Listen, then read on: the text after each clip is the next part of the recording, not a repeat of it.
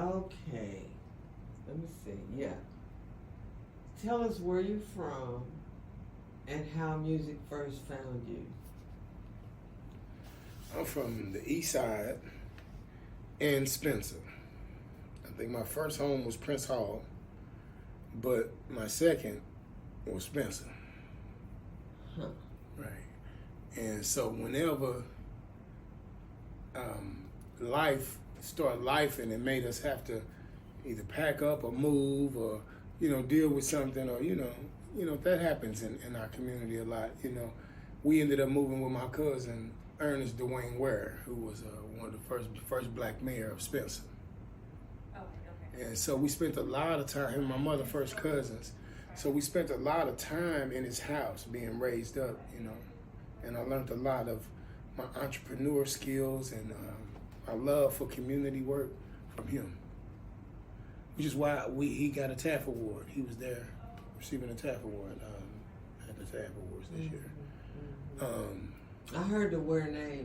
I wondered if that was someone related. I knew it was. Yeah. I knew it was. Absolutely. And I didn't ever get a chance to thank him for, influencing me on that level. Yeah. I think that's a marvelous thing. During that period, who were you as a person? I was just little Steve. When I became Buccett Loc, then I was Buccett Loc. But before then, I think I was the runt of my family. I just was very smart. I learned how to read at 4 years old. Really? Yeah. So I don't even remember when I learned how to read. I just remember that by five years old, my mother would bring people over to the house to show them that I could read the newspaper. Mm. And I remember reading big words like construction and other stuff like that. So I don't ever remember not knowing how to read. Yeah. Okay. When do you feel like people first responded to you seriously, like in the music industry? 1994.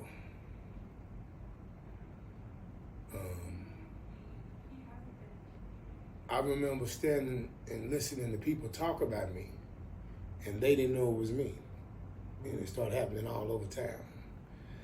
I would be at the store, and people would be talking about me, my music. I realized they was taking me serious. And then when people started seeing me, and they did recognize me, but they didn't think I heard them, the things that they said. They told me I was Buccett Loc. Mm-hmm. Yeah. I know what you mean. Yeah. I know what you mean. Okay, so I actually ask you every question in that one series. This is moving to the next series about the arena and your peak performance. All right.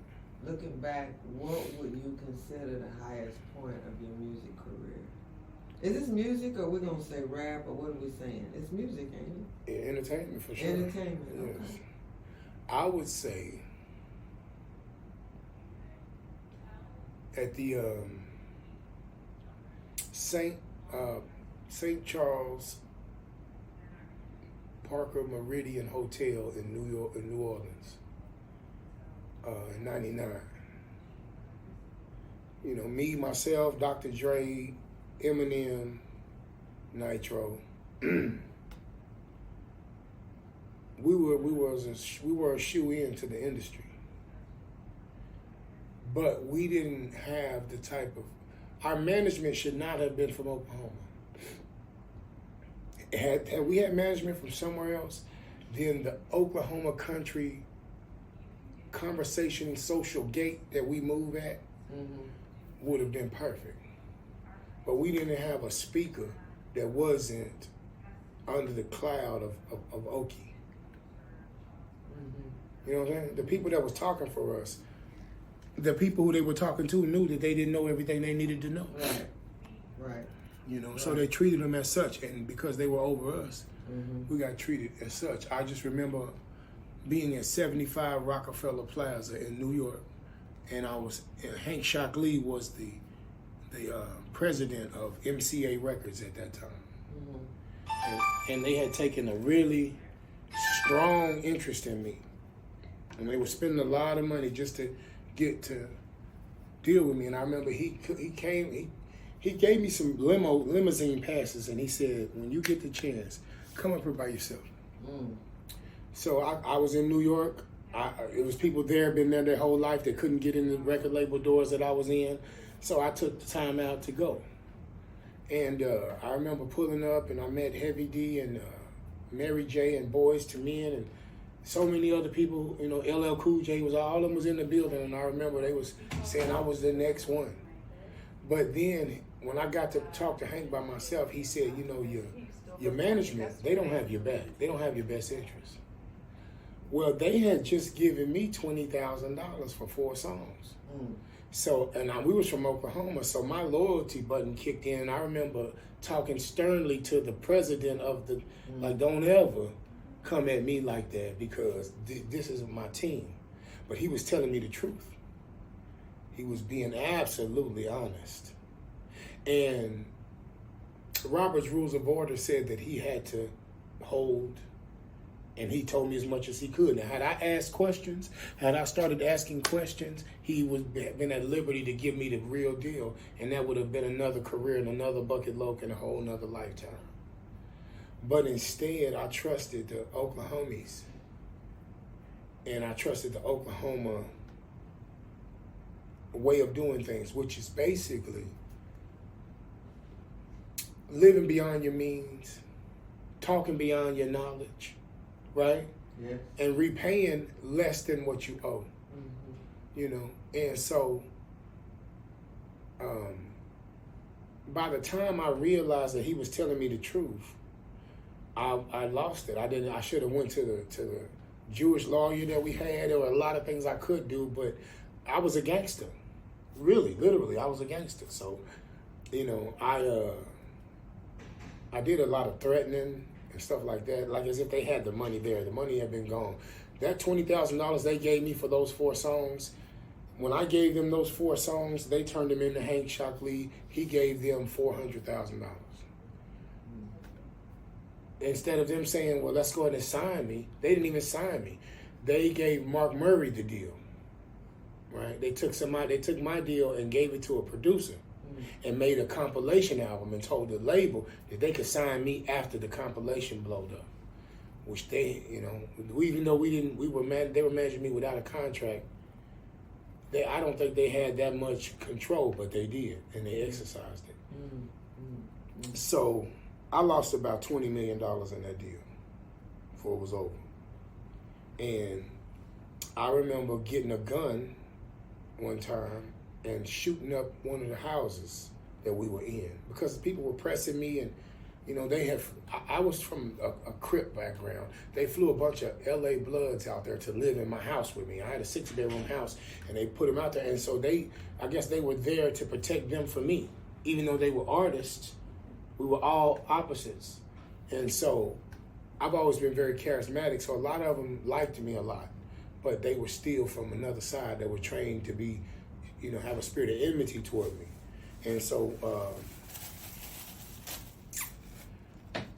a weekend of weekends took place. I went out on a boat trip with a guy that was coming by my house because the Atlantic Ocean was right behind my house. I got on the boat with him. He was drunk, and I didn't care. I just went out there with him. I was drinking too. He jumped off a few waves, and I injured my ankle. So I came back to the house, and I was injured. And then they all acted different. They was like, he's hurt. Because, you know, I've always been I can hold my own. Well, you said you was in California? I was in New York. New York, okay. I was in New York, in Freeport, Roosevelt, Long Island at that time.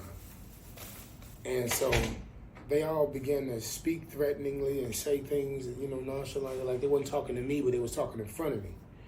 And so I guess I was supposed to be intimidated. Now, maybe I was a little bit, but ultimately, I got into a physical altercation with one of them. And when we got to the end of the fight, they kept trying to get me to fight over and over again. I mean, this guy, he can't whoop me, but they wanted me to keep fighting until I guess I got whooped. So I got tired of that, and I went upstairs, and I got my gun, and I came down through the house shooting. I didn't shoot nobody, But there was a guy in the mirror in the bathroom. I shot the mirror. There's another guy, you know, and everybody's running out the house, and I'm losing my cool.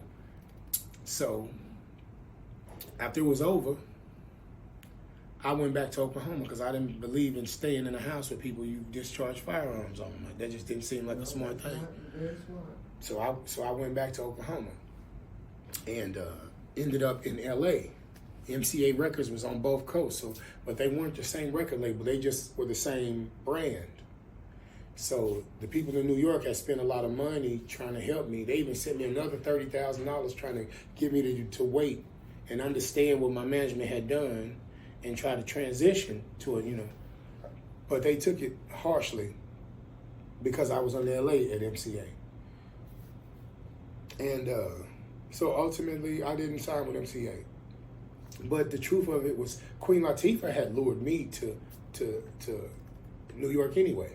And so all she wanted to do was sign me. She even came down here and brought a lot of artists and performed at the Zoo Theater and to see me perform. And after that, she was like, "Oh, I want to sign him." Nitro or Daddy D at that time was already signed to her. I don't think they wanted me on the same label with him. So they took me to MCA. But then when it was time to do business with MCA, they messed up the deal in their own way and tried to take me somewhere else. So Dana, who was Queen Latifah, she felt betrayed. And so she began to stop anything coming out of Oklahoma. It's a reason why Oklahoma artists didn't make it. So it didn't matter if you were me or Nitro, you were from Oklahoma. When they heard Oklahoma City, they knew that song Hennessy. So they knew.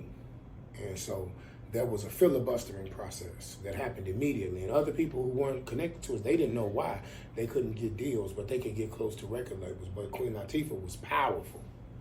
She was queen. And Flavor Unit was very, very powerful at that time.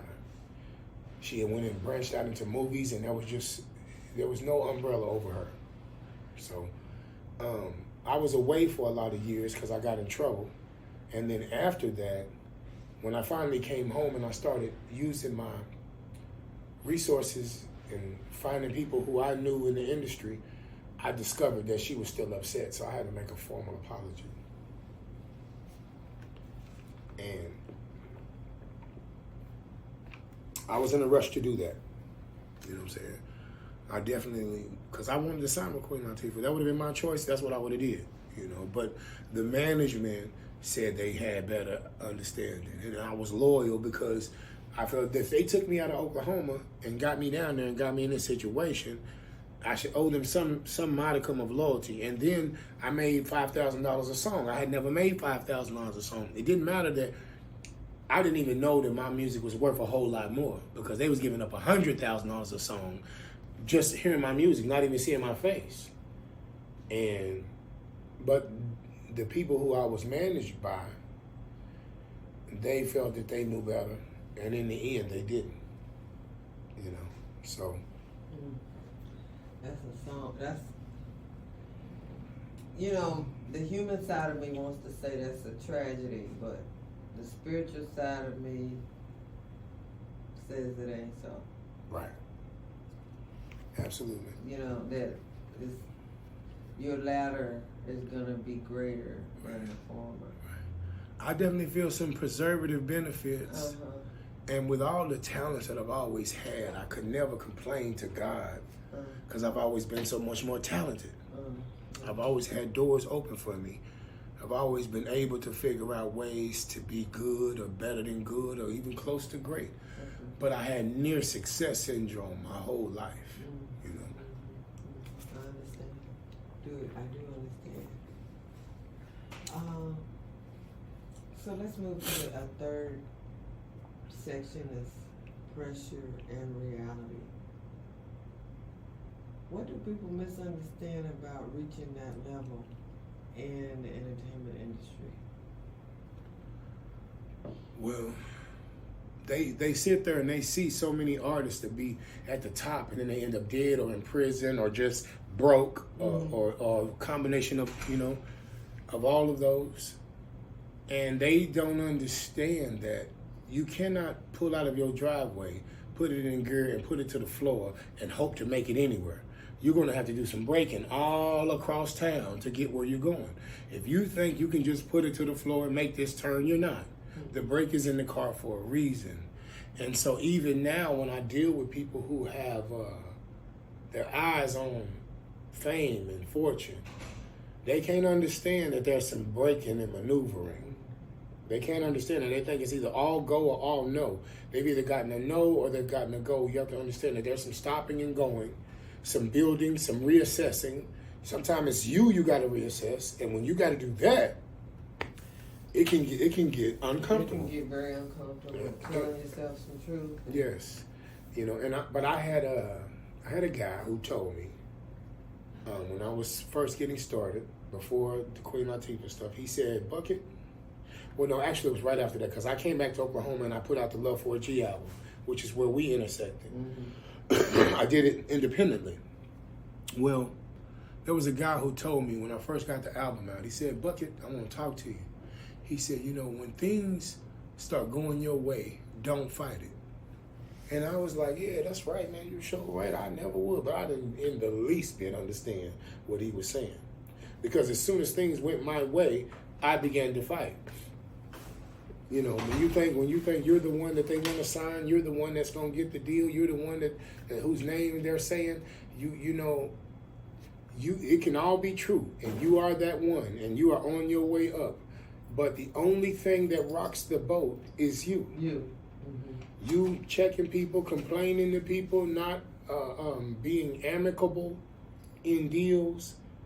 Even if you are the name and you deserve more, the hidden people have given everything. If there's 40 people in your camp and you're the artist, there's 39 other people. Right. They got to eat, they got to be involved in everything, and you thinking about how it's your career, your season, your time to be rich and famous. Yeah, that's important. It's very important. That's very, very, very important. So I didn't learn true love until later in my life, when I realized the people who I chose to treat with honor and decency were not the ones who treated me with honor and decency. I picked the wrong people. And so that was a hard lesson to learn. I understand. Because it can make you stop liking people at all. But you can't do that, because honoring people is your way to receive honor to go up. Right. I understand. So I do understand. There were some broken years where I had to readjust with people watching. Mm-hmm. That makes it hard. Mm-hmm. So yeah, I mean, I talk about the face and how, and it ain't just me, it's a whole science about how everything, it negotiates on the face. When you trying to interface between what's going on inside your brain and what reality is saying to you, right. You make that adjustment on your face if somebody is watching. Yeah. Shut up. Yeah, You have to be chess over checkers minded, and at the same time seem so unaffected and nonchalant, because you don't want your face to make other people choose a different route. Choose the wrong or do That's right. Anyway, it's quite an art, and I'm not the only person. I've studied that, and one of the things that I like to talk about is the face behind the face.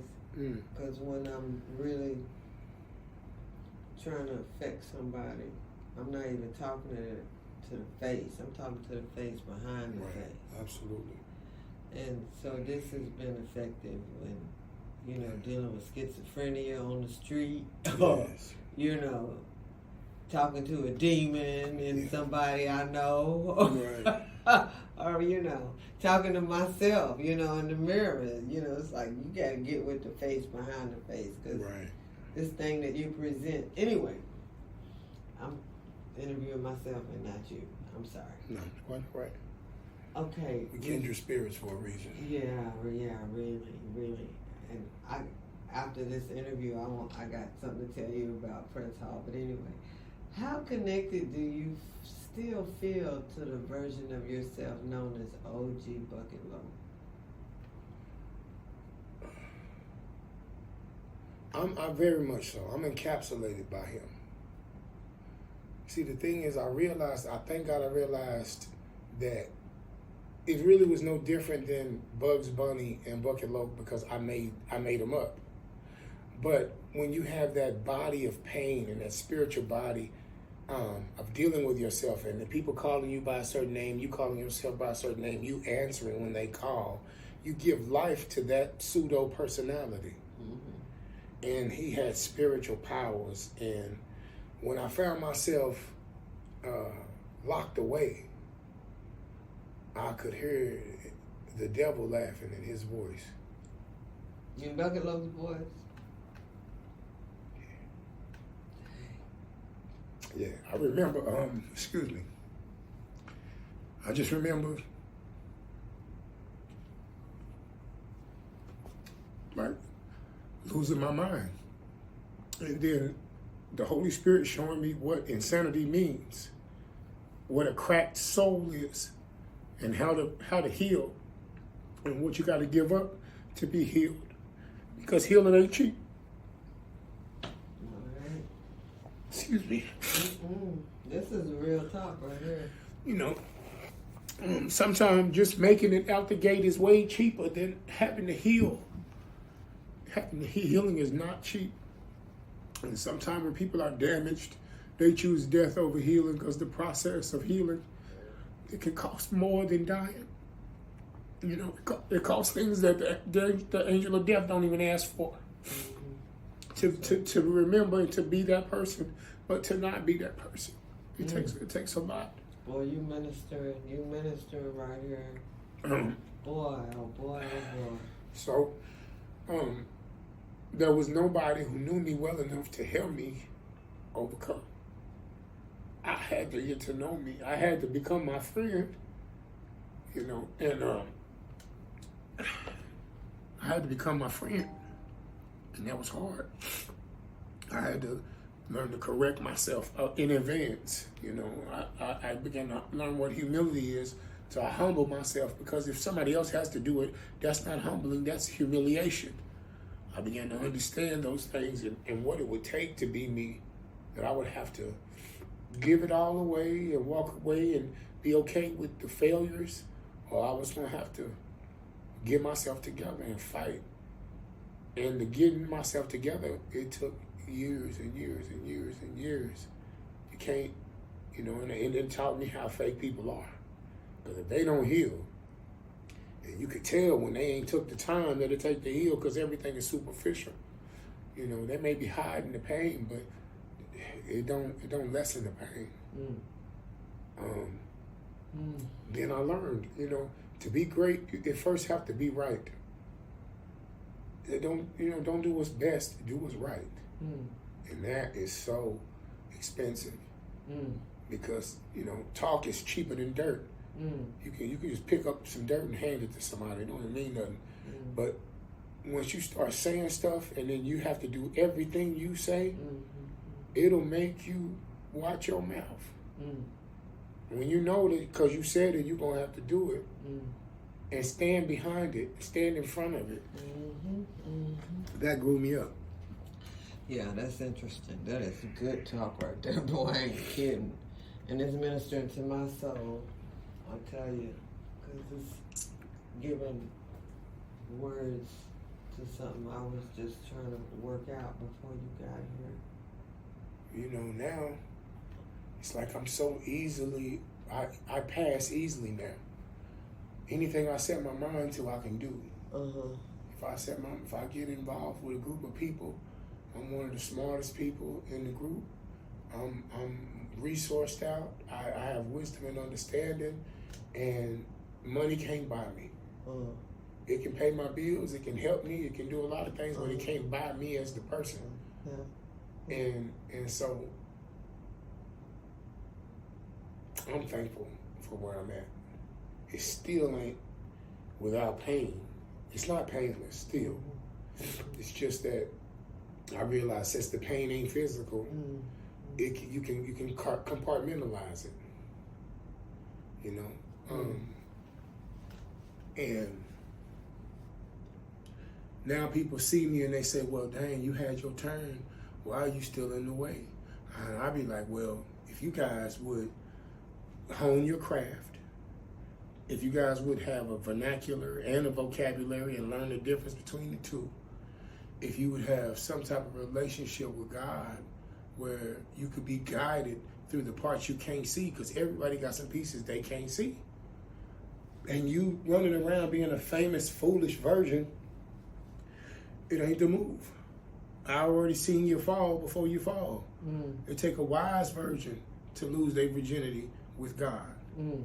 You're going to have to get yourself together, because the world do not want to see a person that's looking for right, especially today.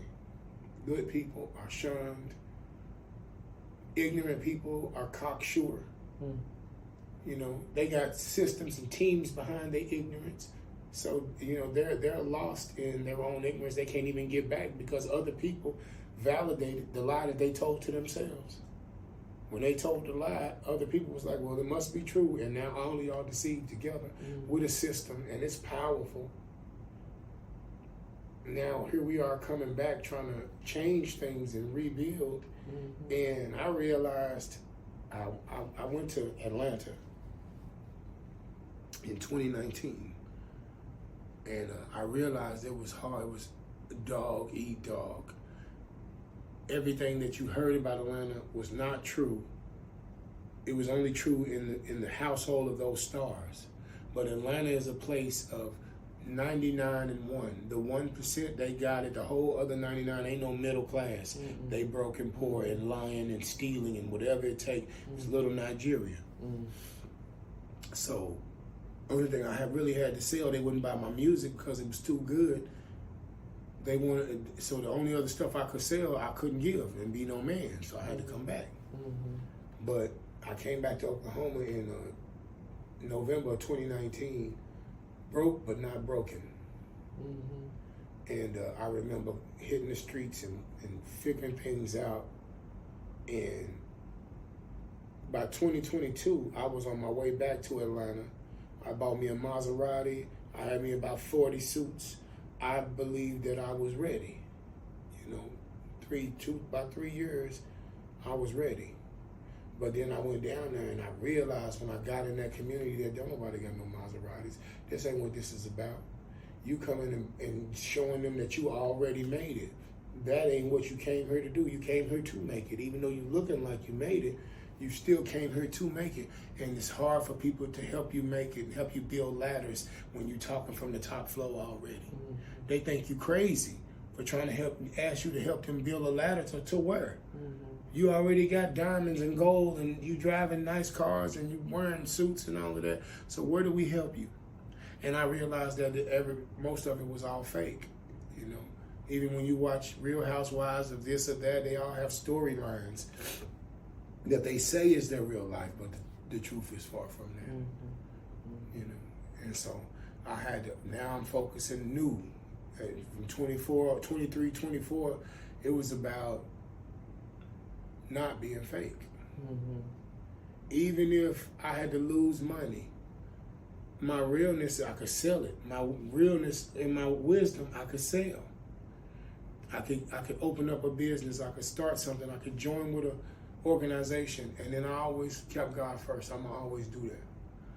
You know, and a lot of people say that, but what I mean by keeping God first just means, good morning, Holy Spirit.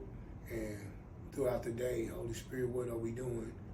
Which direction we going? Any major decisions, you talk to the Lord. You know, it don't seem gangster for an OG, but I would be one of the ones that they read about in the back of the Black Chronicle if I hadn't done that. No. Speak. Okay. What has the next chapter of your life taught you? This next chapter. So you're already in this next chapter. What has it taught you? Patience is a virtue, rushing to hurt you. Yeah, you know, so faith without being tried is no faith at all. Faith that's not tried is not faith. I talk to people who I see going through situations all the time, and they say they're believers, but they spend the whole season complaining and having a heart of anxiety and all these other things coming out of them. And then the Lord, because they believed a little bit, delivers them every time anyway. So I go and I tell them, well, dang, how do you think it would have been if you was full of thanksgiving the whole way through? If the next problem that you get, what if you looked at the problem and praised and smiled and said good stuff? Because clearly you're getting delivered 100 out of 100 times. And if that's your back look, how is it that you can't face God with that attitude right now? And self, God and self, because it's God in us. You know, I'm of the belief he ain't coming back to us, he coming back through us. I believe we got to get ourselves together, and we don't have a choice, and we don't have long. You know, that's why I try to build so much in the community. That's why everything that I do is tied to community. We got to leave a footprint, not a fingerprint. We got to leave a footprint. We have to grow. We have to do seed time and harvest. It just has to happen. And a lot of people are just not willing to sow. No real seeds. They want to grow no fruits and vegetables. They don't want to sow in the situation, you know, and give it time to accrue. As a matter of fact, some of my smartest friends, when they see us struggling in the middle of a situation, they lose all hope. I'm talking about wise people. They'll immediately assume that this is probably 80%, 90% over, or that close to a failure. And you might be the one person that believes.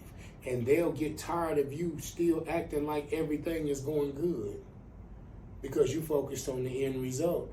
And then, you know, they begin to cover their face of fear. And then you realize I'm a real live influencer. Even the spirit of demonic energy can't handle me. It can't stop me because I'll go full force and won't even look at the enemy. He'll be standing there looking stupid because in my eyes, you're invisible. You're already defeated. And we're going to build this community. We're going to build buildings. We're going to build schools. We're going to do all of that. If the system have to fall for us to do it, then the system is done. Yeah.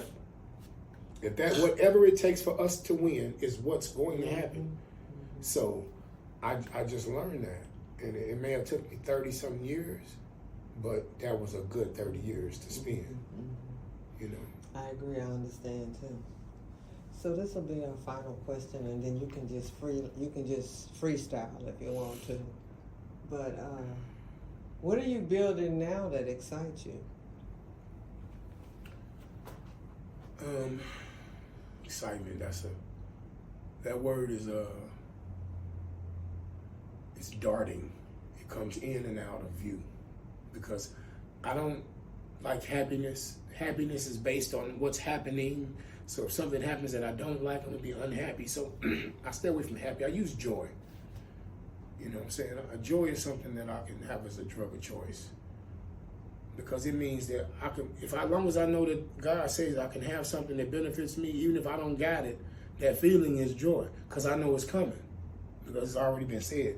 It's going to benefit me at some point. The Holy Ghost told me that misery loves company, but joy is an individual thing. Man, it is. Woo! It's an individual sport. It's like golf. It is, ain't it? You don't get nothing but a county. You could be out there with a whole bunch of other people, but you be the only one feeling it. Yes. You know? Yeah. So I wrecked my Maserati. I was on Martin Luther King and 63rd Street, and I was on my phone, and I always sped, and people always told me stop speeding so much, and I wouldn't listen to nobody because I was doing good. Then I ran in the back of somebody, and I remember getting out that Maserati in a 32-piece suit. I was in a tuxedo, and I could imagine the people. They had their baby in the car and all of that, and they looked back and saw somebody hit them from behind, and that person clearly looked very rich. They was hit with a Maserati, totaled the car. The person got out in a suit, and I remember I was by myself, but there was a head print on the passenger side, and the police kept saying, "Who was in the car with you?" And I said I was by myself. They thought somebody got out and ran with something. I don't know what they were thinking, but the truth is, what I went through, God went through with me. Didn't matter. It was always somebody tangibly with me. So, supernatural is what it is from here on out. Even the deals that we doing, they look like regular business deals, but there's some invisible people here making this stuff happen. They invisible to our regular sight. But if we're wise virgins, that means we got oil in our lamp and in our vessel. It don't matter how dark it gets spiritually, you can see. And while everybody else is panicking and quitting and dying and giving up and attacking each other, you just building. You putting blocks here. And you happy that the people who would be building with these blocks just left from there because of anxiety and fear and anger and hatred and so many things. Those are all not fruits of the spirit. None of those. So I'm able to build in a hurricane, in a cyclone, in a tornado. It don't even matter what, all seasons, in and out of seasons, I'm trying to find somebody that's trying to do something, and I'm trying to human resource for them. I'm trying to help in some type of way, be tangible help, so that they'll owe me too. That's a shrewd servant. Mm-hmm. I want people to say, hey, he went hard for me. Mm-hmm. You know, and so I've left a trail of those people, and nobody's saying I betrayed them. Mm. That's important. It's very important. That is so important, you know. I agree. That's all I have. And we've got 39 minutes. You gonna keep going? Well, I want to talk about some of the projects. I want to put that first. Yeah. That's clearly more important than the projects, because the projects don't happen anyway. First, list off the projects. What, you know. Right. And then if you we're working on, one thing is the Roscoe Dungy Trade Academy. Roscoe Dungy was Russell Perry back in 1910. He started a newspaper called the Black Dispatch. A lot of the stars around the world were getting attacked by different supremacies, and he was a voice of truth during that time. People don't know how important Oklahoma was, right, or what Oklahoma's future is, but they about to find out. And so the Roscoe Dungy Universal Trade Academy is a trade school. It's not about college, even though we do partner with colleges to come in and give people certificates of learning that they can use now instead of getting out of college with debt and no experience. I'm really proud of that. We're working on, in the next year, Dungy Downs horse racing in Spencer, Oklahoma, out at Kringland Park. Nitro and myself, we got into the movie business full speed. And so we're 5 or 6 movies in now.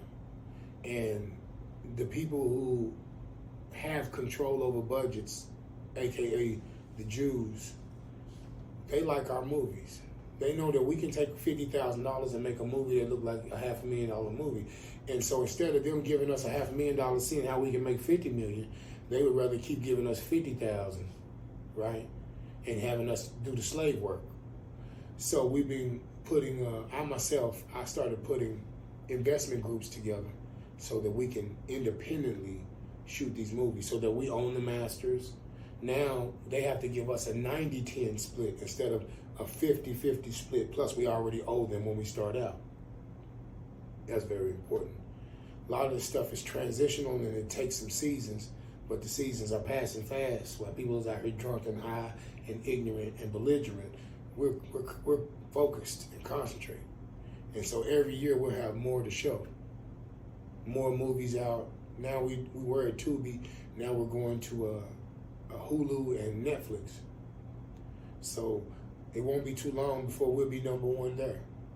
We've done the Tubi thing, but we made movies so much better because most of Tubi's movies, black movies, is about sex and drugs and murder and betrayal, and we didn't write about that. We don't even want to have to do that to make it, which is why we didn't return to the rap music full force, still being better than the average person. It was so satanic. All the music that we hear on the radio every single day is satanic, or prostitution music, which is satanic. So we had to make a choice. You know, my choice was to write movies and other things and build around the industry until we surround the industry with good product, good projects, A lot of people moving that didn't think they was going to get in the game. I feel like David, when he was on the backside of the mountain, he drew people to him who had not got what they deserved out of life. It was a lot of disaffected people who was grown and they was capable, but because of the politics of the day, they was on the outside. So here comes somebody who the inside is against, and they fighting that person tooth and nail, but that person is seeming to win all the battles. Developing a relationship and a reputation for winning when the odds outnumber. That's King David. So I feel that way when it comes to Oklahoma as a whole, but Oklahoma City, actually. I feel like I'm the Kraken. I feel like I'm the one that's sent to knock the city off its axis. If it's unwilling to judge itself, it hurts for these youngsters to not be as talented as me, and I'm 52. So they hide from me. And I tell them, don't hide, I would rather train you. Gotta give it to somebody. But it hurts them.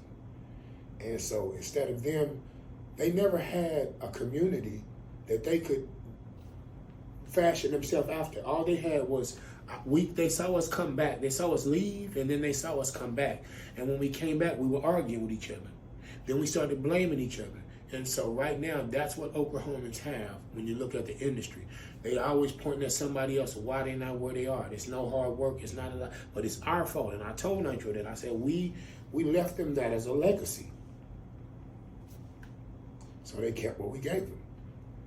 So now we're here telling them there's something better. And they're like, well, you have to show us in order for us to believe, because we already hold ourselves out shamelessly. They have a local gatekeepers association that has learned to take advantage of them, but they've never learned to open the doors because they're not talented. But they've learned to take advantage of the upcoming talent and keep them right here while they make money week in, week out off of them. We've got nobody signed, nobody grassrooted into the industry has made it from Oklahoma. And it's the curse. I often call it the curse of Buccett Loc, because I loved everybody and got everything stolen, you know. And there was nobody that came for me, you know? Nobody. I never had a person even ask me, well, what happened? They just, hey, there he is, he's back, hey. There was nothing. Not a family member, there was no therapy, there was no nothing. You just get right back at the game and you look at us and you either die or fly. So I grew feathers. You know, I grew feathers. And so that's where we are. And so now when they see the movies and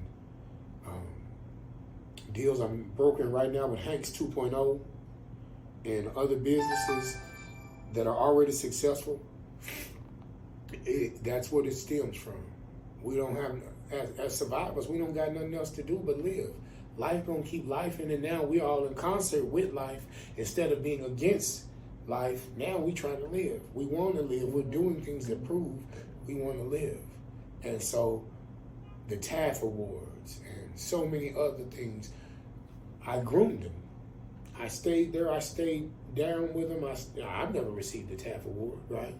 I may be even deserving of a TAF Award, but it's been a great thing to work with Kareem Muhammad and give away TAF Awards that I know are intricate pieces or tools that can be used by those who have helped education and been leaders. And the professor out at Langston University, Dr. Charles Mambula, he's been there 20 years and he ain't been able to go up at all because he really not from here. And he has this good sweetheart. He means well by everybody, but there is racism that don't have a color. Mm-hmm. Sometimes you can have people look at you for your color and they got the same color as you and they'll disenfranchise you based on who you are. Mm-hmm. And so it was my pleasure to nominate him for a TAF Award and then help him pry open doors. And now he's on governance boards and all different types of things like that, He should be the dean of the School of Business. He's been there the longest, but they hire people other than him because he's from Africa. My thing is to find people like that who The word says, to him who has more will be given. So I'm not into helping bums. I help builders. Mm-hmm. You know, if you already got something going on like yourself, like, you know, this movement, you know, I remembered you from back then, but that has nothing compared to who you are now. You know? Well, bless you. Bless you. When I see what you're doing now, and then the fact that nobody else is doing it, nobody is in position, nobody has the look, nobody has the wisdom, the experience, the tenacity, none of it. They don't got the skin. Well, and that means a lot. That means that you're gonna make it, because you don't have competition.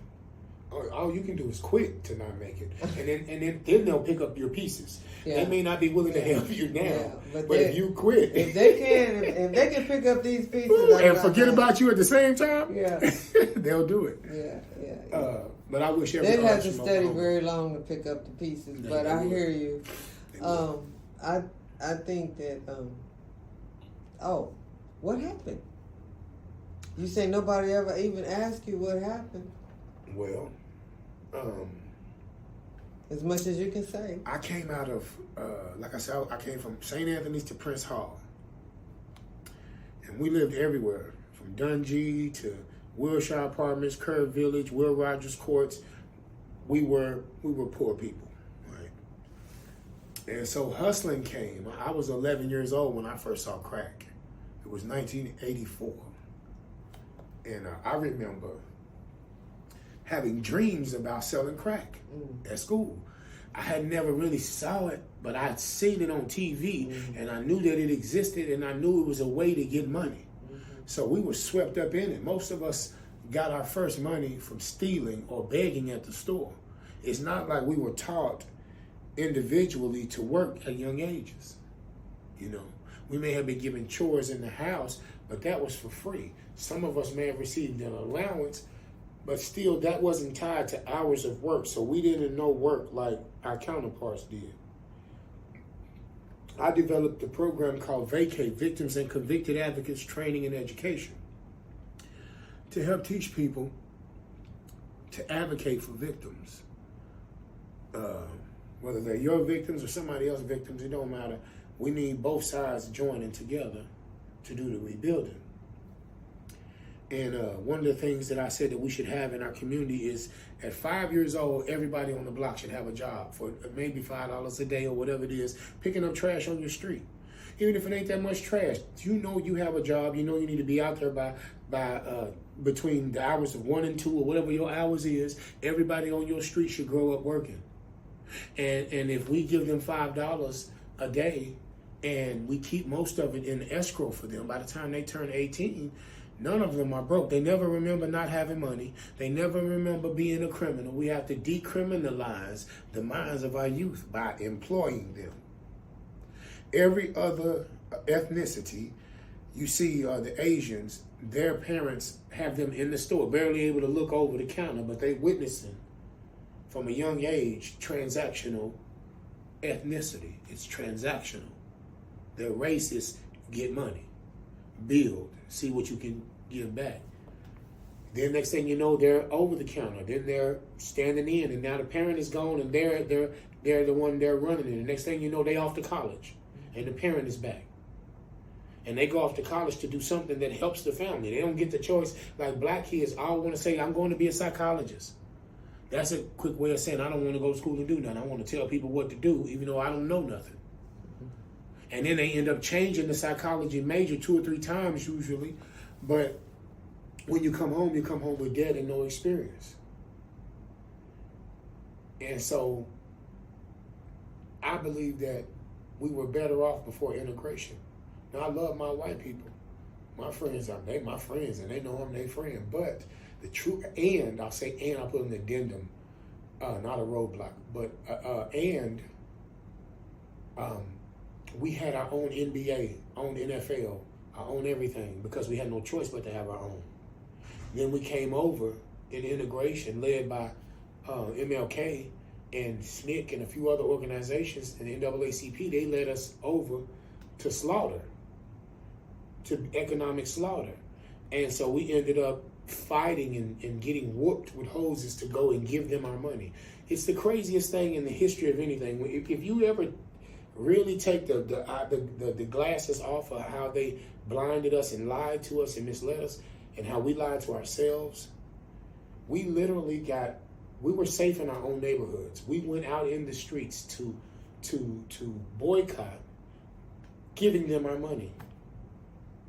And nobody ever came back to our businesses and gave us money. And we're just now waking up. These blackout boycotts that we're doing with certain people that are disrespectful to us and with certain communities, we're just pulling back our money that they now feel that they have every right to, and that we're wrong because we get to choose where our money goes. But that just shows me that God didn't forget, and that no matter how off the trail we get, He's guiding us back to where we need to be, because we need to be where He said He would bless us and deliver us. And we, in a place so weak, we can't even hardly get back there. We don't even see ourselves as God's people, right? But He does. You know, like the word says, if you're not faithful, I remain faithful because I can't deny myself. So I think we're in a great spot. I think that the system is falling in our face. I think we get to inherit the buildings. We get to inherit everything. We may not have the internet very long, but, you know, we built that. We built that. You understand? Well, I said, you know, for a time, you know, we may have to go back to your word meaning something. And I'm okay with that. We're going to have to grow our food. Which is a lot we're going to have to do to become people again. Human, yeah. You got to become human. Yeah, I get it. And so that's what I'm here for. I'm here for the long haul. My show coming up, Life in Entertainment, OKC, is going to be at Hanks 2.0. I have 3 major record labels that are backing me. Epic Records, Def Jam Records, and Sony Music Group. So we're going to shoot a television show for 10 weeks. And I'm inviting everybody from all genres from all over the United States. But I'm in Oklahoma, and I'm from Oklahoma, and we should get an opportunity to make it. Somebody from here should make it. And if not me, that's okay. Somebody, you know. And so 10 weeks, we're going to have that television show being shot at Hanks 2.0. And then on the 11th week, E40, Too Short, and a bunch of other people going to come down and help us, you know, mentor for that Wednesday. And the next Wednesday, we'll announce how many people made it. And then they're going to move into a mansion, and we're going to have basically Big Brother meets American Idol style television show. Yeah. That's great. I've been writing on the show for maybe 4 years, and I finally got the resources to make it happen. So instead of switching up, I'm ready, you know, and I just hope that whether it's the movie, the movies that I write and produce, or television shows or whatever, that the people from Oklahoma and people from other places, but most definitely people from my state, because I want to innovate where I'm from. I want them to get involved and be involved, and they have been, and my heart is open to them, and I want to be number one. And if last is going to be first, then we should be happy about what's going on right now. That's right. You know, I would say one more thing as a preface to that. I was totally disgusted by 20 million immigrants or more being led into the country and given reparations, even clemency. Even no matter how many people they killed or whatever, they all got everything we've been asking for is a new start and money and all those things. You know, we were told to abort our kids while they said we got extra food stamps and everything for y'all kids. And 20 million people came in. It ain't that many more of us. It's only 50 million if they're telling the truth about how many of us it is. And yet they gave 20 or 30 million other people reparations and clemency, and we voted for it and we fought for it again after civil rights debacle, and we cut our own throats. And here we are in 2024. It's 26 now, but 2024 cutting our own throats again for some other people who wouldn't even spit on us. And so my issue was, I was very upset, but then the Holy Spirit told me, no, it should be like that, because you guys going to be first, so you had to be last. So everybody else in the world had to get an opportunity to be before y'all, before you can truly say you were last. So they had to come in. So from that perspective, you ought not be bitter, but understand it was all in preparation for y'all's ruling and reigning. And My only issue, while I'm steadfastly against immigration at this point, is because when they finally got the opportunity to do right, they brought fentanyl. They increased human trafficking 1,000-fold. They didn't take the opportunity to be right. They got reparations. They got all of the prisons overseas, the people who had threw their lives away with drugs and all of that, they got told that they can get out for free if they go to America. And that the Americans are waiting on you with checks. You can take your kids with you or not. Doesn't matter. This ain't part of your interview. It ain't. No.